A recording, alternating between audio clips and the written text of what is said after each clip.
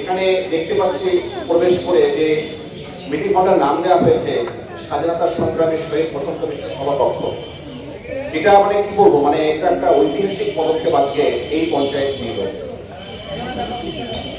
আমরা জানি যে আমরা এই পঞ্চম পঞ্চদশ ইত্যাদি ক্ষেত্রে অনেক অর্থ পঞ্চায়েত দপ্তর থেকে পাই, কিন্তু তার সুষ্ঠু প্রয়োগ, সুষ্ঠু ব্যবহার আজ কিন্তু এই জিপি নোয়াপাড়া ওয়ান আজকে নজির সৃষ্টি করলো একটা উদাহরণস্বরূপ সকলের কাছে।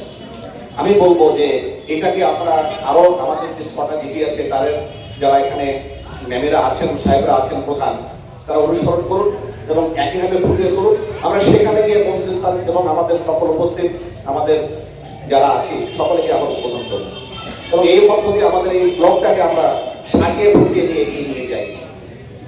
এটা একটা মিশন আমরা আজকে এখানে নেব।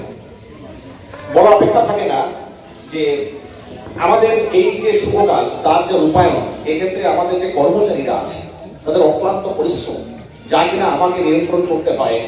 যখন ডিপার্টমেন্ট থেকে বলা হয় যে একটা ব্লককে যত টাকা দেওয়া হয়েছে নির্দিষ্ট সময়ের মধ্যে ব্যয় করতে পেরেছে কিনা, চাপটা কিন্তু আমি সরকারের পক্ষ থেকে আমার কর্মচারীদেরকেই দিই।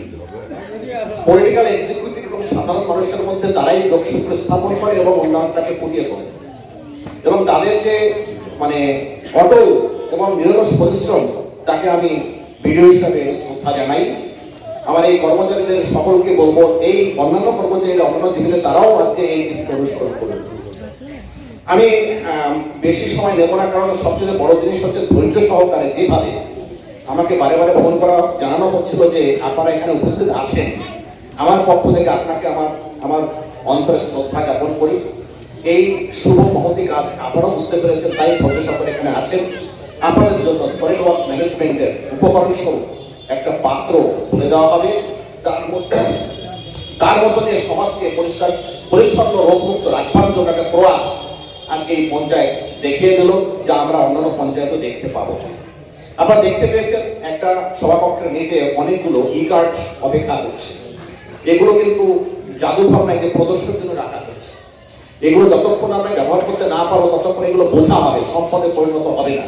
সুতরাং আমাদের সকলের দায়িত্ব এই জিপিকে আমরা আরো এগিয়ে নিয়ে যাব এবং আমাদের সমস্ত বস্তুকে সম্পদে পরিণত করব। আমি গর্বের সঙ্গে বলতে পারি এই জেলায় যতগুলো জিপি আছে তাদের মধ্যে 1 নম্বর পজিশন অবস্থান করছে নোয়াপাড়া গ্রাম পঞ্চায়েত এবং তাদের সমস্ত প্রকারের যে উদ্যম এবং তাদের যে ব্যয় প্রত্যেকটা দর্শনীয়, ঈর্ষণীয় অনেক গ্রাম পঞ্চায়েতের কাছে এবং অনুকরণীয়। এবং এটা এর জন্য আমিও জেলা থেকে সম্মানিত হই, আমিও সেখান থেকে গর্ব নিয়ে আসি। এর জন্য আমি ইন্টায়ার আমাদের যে এই পঞ্চায়েতের যে জনপ্রতিনিধি ম্যাম সাহেবরা আছেন এবং আমার কর্মচারীকে আমার অনেক শ্রদ্ধা জ্ঞাপন করছি। বেশি কিছু বলে দীর্ঘায়িত করবো না। স্যারের অনেক কাজ উনি ফেলে আমাদের গুরুত্বপূর্ণ সময় দিয়েছেন, ওনার মূল্যবান কথা শুনবো, আগামী দিন চলার ওনার কাছ থেকে আমরা পাঠের স্বরূপ আমরা আজকে এখান থেকে বার্তা নেব। ধন্যবাদ সকলকে।